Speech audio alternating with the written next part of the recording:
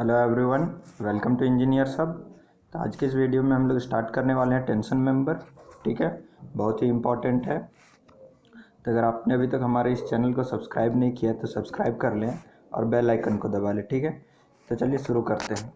जानते हैं tension member क्या होता है। ठीक है, टेंशन मेंबर वो मेंबर है, स्टील स्ट्रक्चर का वो मेंबर है जो प्राइमरली डिजाइन किया जाता है to resist the tension force. Okay, क्या है, कोई भी मेंबर जो सिर्फ और सिर्फ टेंशन मेंबर को रेसिस्ट करने के लिए डिजाइन किया जाता है उसको हम लोग क्या बोलते हैं, टेंशन मेंबर। ठीक है, यहाँ डेफिनेशन देखिए, the member which are design to resist primarily axial tension called tension member. ठीक है, ये हमारा हो गया डेफिनेशन। अब देखिए इसका एग्जाम्पल है कुछ tie member in the trusses. ठीक है, ट्रस में जो टाई मेंबर होता है वो क्या होता है, टेंशन मेंबर होता है। Second, bracing used in the roof trusses. ठीक है, रूफ ट्रसेस में जो ब्रेसिंग यूज किया जाता है वो भी हमारा क्या होता है, टेंशन मेंबर होता है। और वो क्या करता है, जो ब्रेसिंग होता है वो विंड लोड को रेसिस्ट करता है। ठीक है, इसके बाद हमारा नेक्स्ट इंपॉर्टेंट पॉइंट है वो क्या है, परमिसिबल सिलेंडरनेस रेशियो। ठीक है, परमिसिबल सिलेंडरनेस रेशियो किसका, टेंशन मेंबर का, एज पर IS 800 में कुछ परमिसिबल सिलेंडरनेस रेशियो दिया गया है, उसको देख लेते हैं। अगर जो मेंबर है हमारे पास वो अगर प्योर टेंशन मेंबर हुआ तो फर्स्ट वन प्योर टेंशन, तो उसका सिलेंडरनेस रेशियो कितना होना चाहिए, 400। ठीक है, परमिसिबल है। और member subjected to stress reversal due to the wind load और अर्थक्वेक लोड, तो हमारे पास कितना हो जाएगा, परमिसिबल सिलेंडरनेस रेशियो 350। अब देखिए यहाँ पे एक है इंपॉर्टेंट पॉइंट है, स्ट्रेस रिवर्सल। स्ट्रेस रिवर्सल क्या होता है, आइए देखते हैं स्ट्रेस रिवर्सल। सपोज दैट कोई भी मेंबर है, सपोज दैट ये हमारा कोई भी मेंबर है। ठीक है, अगर इसमें कभी टेंसाइल फोर्स एक्ट कर रहा है, कभी कंप्रेसिव फोर्स एक्ट कर रहा है, अगर ये कभी टेंशन कभी कंप्रेशन इस तरह से एक्ट करता है तो उसको हम लोग क्या बोलते हैं, स्ट्रेस रिवर्सल बोलते हैं। ठीक है, उसके बाद थर्ड पॉइंट है हमारे पास, अगर member subjected to stress reversal due to the dead load और लाइव लोड, अगर स्ट्रेस रिवर्सल अगर एक्ट करेगा due to off dead load और लाइव लोड तो हमारा परमिसिबल सिलेंडरनेस रेशियो कितना होगा, 180। ठीक है, ये जो भी हमारे पास सिलेंडरनेस रेशियो था परमिसिबल वो किसका था, सिर्फ टेंशन मेंबर का। ठीक है, अब देखिए ये जो परमिसिबल सिलेंडरनेस रेशियो है वो क्या करता है, वो क्या करता है, the above permissible slenderness ratio is recommended by IS 800 to control lateral deflection और वाइब्रेशन। मतलब जो परमिसिबल सिलेंडरनेस रेशियो वो किसको कंट्रोल करता है, लेटरल डिफ्लेक्शन और वाइब्रेशन को कंट्रोल करता है। ठीक है, अब चलिए देखते हैं हमारे पास analysis of tension member. Means tension member कितने तरीके से फेल हो सकता है। ठीक है, और फेल होगा तो कितने फोर्स में फेल होगा। ठीक है, कितने स्ट्रेस में फेल होगा वो देखते हैं। तो हमारे पास देखिए, फेलियर ऑफ टेंशन मेंबर में occur due to, first one है यील्डिंग ऑफ ग्रॉस एरिया। ठीक है, कोई भी टेंशन मेंबर जो है वो कैसे फेल हो सकता है, एक हमारे पास है yielding of gross area, second है रप्चर ऑफ नेट एरिया, उसका थर्ड वन है ब्लॉक शियर फेलियर। वो स्पेशल केस है, उसको मैं अलग से डिस्कस करूंगा, अभी दो डिस्कस करता हूँ, yielding of gross area and rupture of net area. देखिए यील्डिंग ऑफ ग्रॉस एरिया क्या होता है, जब भी यील्डिंग होगा कोई भी टेंशन मेंबर का तो वो पूरा ग्रॉस एरिया यील्ड होना चाहिए तभी जाके ये टेंशन मेंबर फेल होगा। देखिए सपोज दैट ये हमारा कोई टेंशन मेंबर है। ठीक है, ये वोल्टेज कनेक्शन है कुछ। ठीक है, तो अलोंग दिस प्लेन, ठीक है, हमारा क्या होगा, यील्डिंग होगा। ये जो पूरा एरिया है अगर इधर से हमारा टेंसाइल फोर्स एक्ट कर रहा है, सपोज दैट P, ये जो पूरा एरिया है क्या होगा, धीरे धीरे धीरे धीरे खींचता हुआ चल जाएगा, खींचता हुआ चल जाएगा। अगर ये फोर्स बढ़ते जाएगा तो बढ़ते हुए चल जाएगा, और यहाँ पे क्या होगा, धीरे धीरे ये पतला होते चल जाएगा इस सेक्शन पे।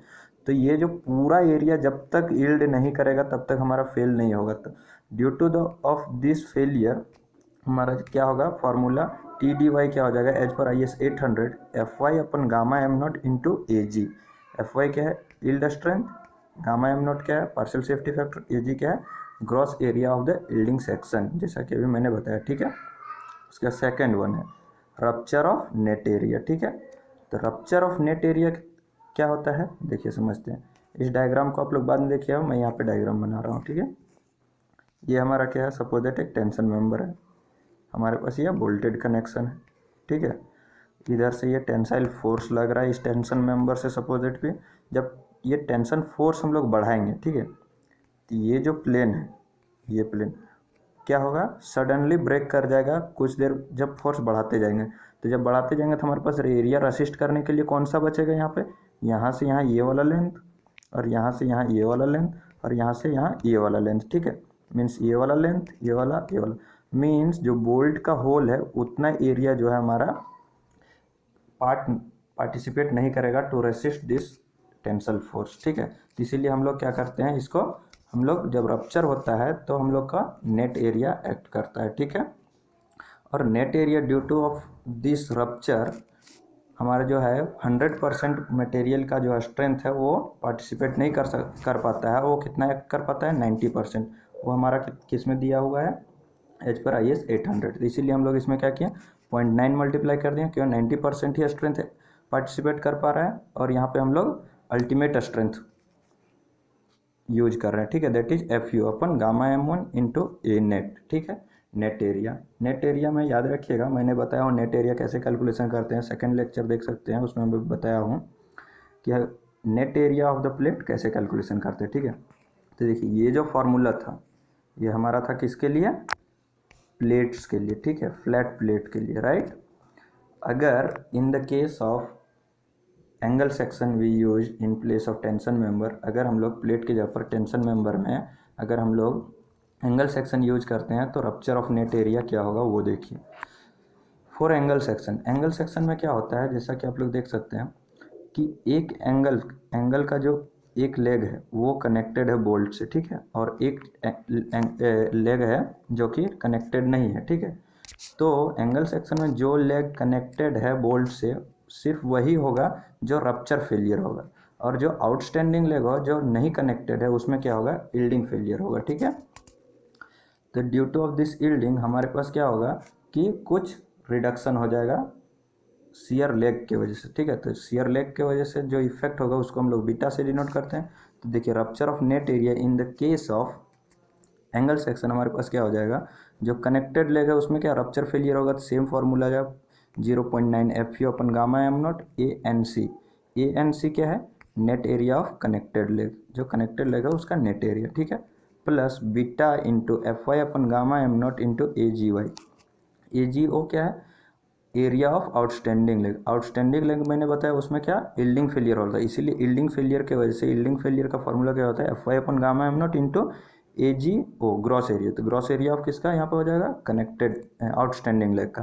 तो इसके पास इसके साथ साथ क्या होता है, ये आउटस्टैंडिंग लेग पार्टिसिपेट नहीं कर पाता है, जिसके कारण से हमारे पास यहाँ पे क्या आ जाता है, शियर लेग इफेक्ट आ जाता है। इसलिए हम लोग यहाँ पे क्या मल्टीप्लाई किए हुए हैं, beta shear leg factor multiply किए हैं। ठीक है, अब देखिए ये बीटा का वैल्यू होता कितना है।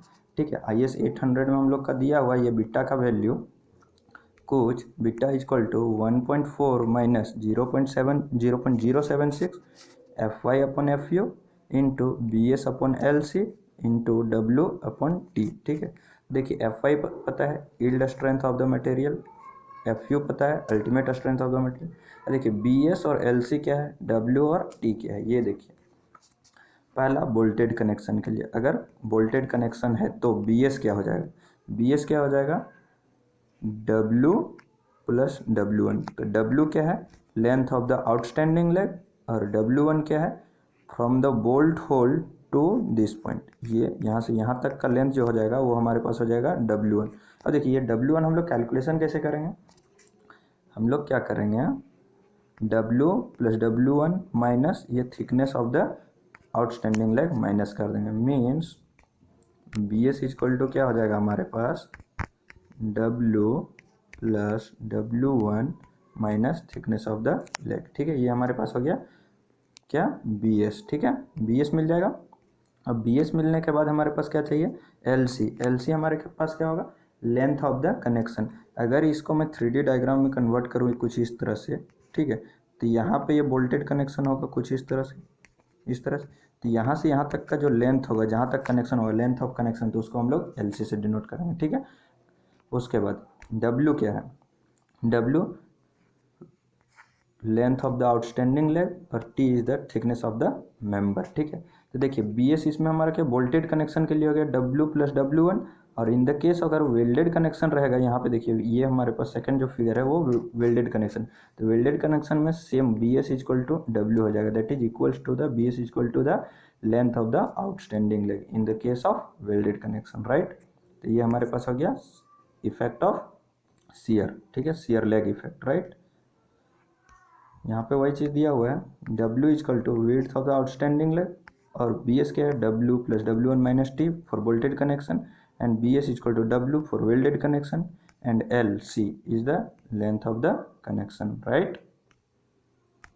अब जो हमारे पास नेक्स्ट है वो है calculation of net area in the case of angle section, ठीक है।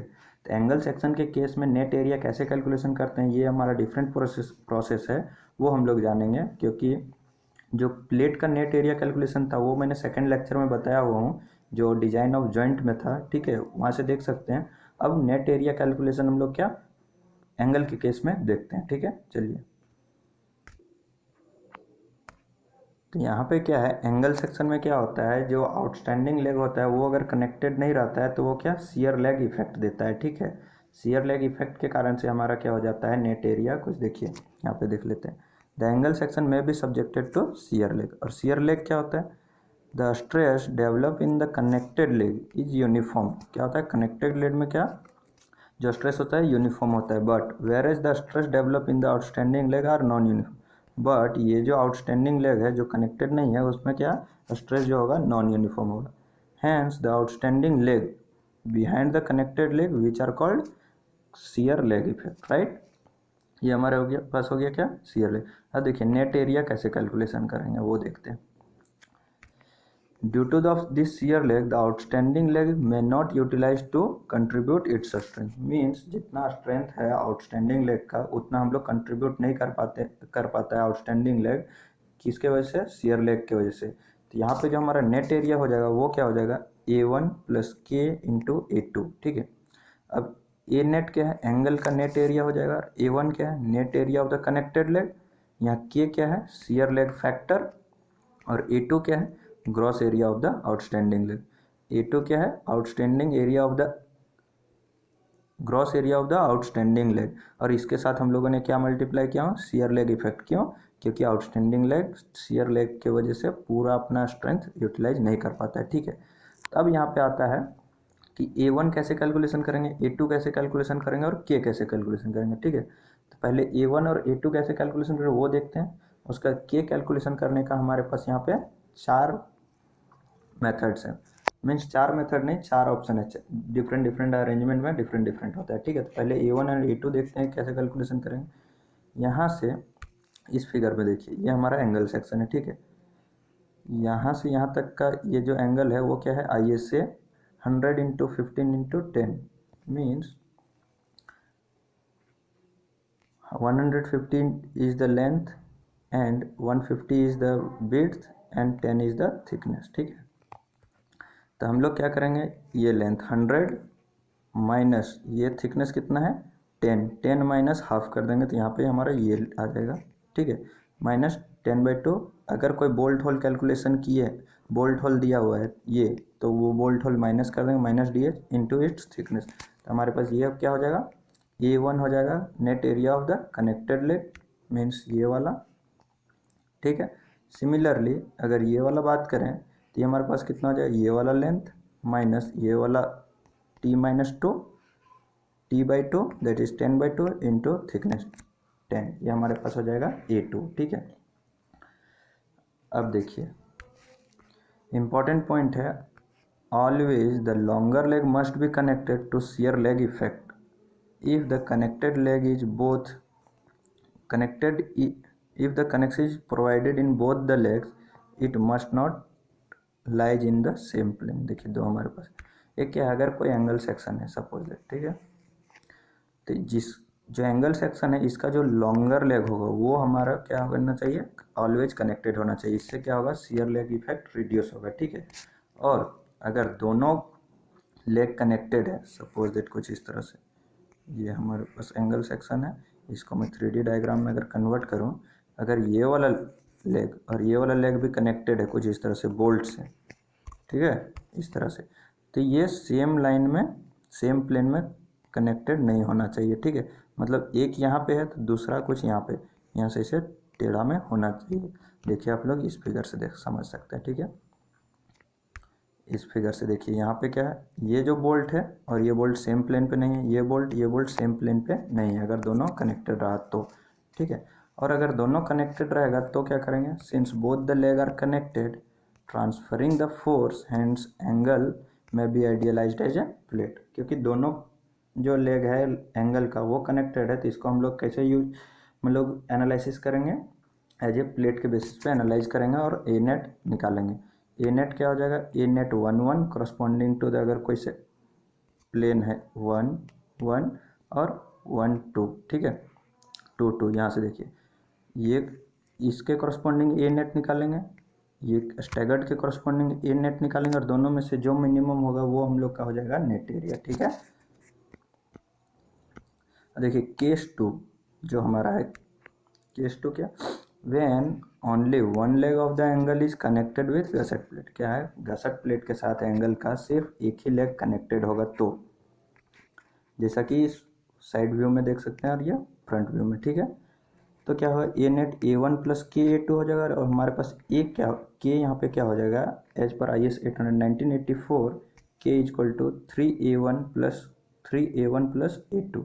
A1 क्या है, net area of connected leg, और A2 क्या है, net area of outstanding leg, right. देखिए हमारे पास एक इम्पॉर्टेंट क्वेश्चन है जो गेट में पूछा हुआ है, वो सॉल्व करते हैं, देखते हैं। If the area of an equal angle section is A, what is the net area of the angle if the connect angle is welded to the gusset plate, ठीक है, एज पर IS 800-1984। क्या है, कोई angle section है, ठीक है, suppose that ये हमारे पास क्या है, एंगल सेक्शन है, और इस एंगल सेक्शन का जो क्या है एरिया है वो ए है, ठीक है। तो हमारे पास पूरे एंगल सेक्शन का एरिया ए है, और ये क्या है, इक्वल एंगल सेक्शन है, इक्वल। तो हमारे पास एक लेग का जो ये हो जाएगा एरिया, वो क्या हो जाएगा, A/2 means A1 equal to A/2, और A2 इक्वल टू भी हमारे पास हो जाएगा क्या, A/2, राइट। यहाँ पे देखिए A1 equal to A/2, A2 equal to भी A/2। तो यहाँ पे हम लोग के निकालेंगे, 3A1/3A2, A1 प्लस A2, के निकल गया। यहाँ से जब पुट करेंगे तो हमारे पास के आ जाएगा क्या, 3/4, और ए नेट इक्वल टू क्या होता है हमारे पास, A net equal to A1 plus KA2। यहाँ पे A1 के जगह पर A/2 रखे, के जगह पर 3/4, और A2 के जगह पर A/2। तो यहाँ पे ए नेट निकालेंगे तो हमारे पास कितना हो जाएगा, A net equal to 0.825 times ए, ठीक है। उसका देखिए थर्ड केस हमारे पास है। थर्ड केस क्या है, when double angle connected back to back on the same side of the gusseted plate. देखिए यहाँ ये हमारे पास क्या है, गसेट प्लेट है, और दो एंगल सेक्शन कनेक्टेड है back to back on the same side of the gusseted plate, ठीक है, on the same side of the gusseted plate and tack riveted. देखिए यहाँ पे क्या है, सेम साइड कनेक्टेड है, और ये यहाँ से यहाँ गसेटेड प्लेट के साथ तो कनेक्टेड है ये, और उसके साथ ये क्या है, आपस में ये टेक रिवेटेड है। तो इन दिस केस हमारे पास क्या हो जाएगा, A net equal to A1 plus KA2, ये तो सेम ही हमारे पास यहाँ पे के डिफरेंस हो जाएगा, के क्या होगा, 5A1/5A1 प्लस A2, राइट। इसके बाद हमारे पास फोर्थ केस है और last case, when double angle connected back to back on the opposite side of the plate and tack riveted, ठीक। देखिए ये हमारे पास क्या है, गसेट प्लेट है, angle section back to back connected है on the opposite side of the gusseted plate, ठीक है। ये हमारे गसेट प्लेट के एक इस साइड में और एक इस साइड में कनेक्टेड है, और दोनों आपस में क्या है, टेक रिवेटेड है। तो हमारे पास क्या हो जाएगा, ठीक है। देखिए उसके जब ऐसा कनेक्टेड हो तो हमारे पास के यहाँ पे क्या हो जाएगा 1, और ए नेट क्या हो जाएगा, A net equal to A1 plus A2, that is AG minus hole area, means gross area of the angle minus hole area. जो भी हमारे पास ग्रॉस एरिया होगा एंगल सेक्शन का, उसमें से हम लोग होल एरिया माइनस कर देंगे, तो वो हमारे पास क्या हो जाएगा, पूरा नेट एरिया हो जाएगा एंगल का, ठीक है। अब देखिए हमारे पास एक इम्पॉर्टेंट पॉइंट है, वो क्या, if force is applied in the direction of connected leg, it is found that a stress distribution is more uniform as compared to the force applied in the direction of outstanding leg, provided both the section are tack riveted। मतलब कहने का क्या है, देखिए यहाँ पे ये जो है, अगर ये कनेक्टेड लेग है, इस डायरेक्शन में अगर हमारा फोर्स लगता है तो क्या होगा, जो स्ट्रेस होगा वो ज़्यादा यूनिफॉर्म होगा इन इस एज कंपेयर टू द अगर फोर्स हम लोग इस डायरेक्शन में लगाते हैं तो, ठीक है। ये हमारे पास यहाँ पे क्या हो गया, first part of the tension member complete होता है, ठीक है। नेक्स्ट वीडियो में हम लोग बात करेंगे block shear failure of the tension member, right. Thank you.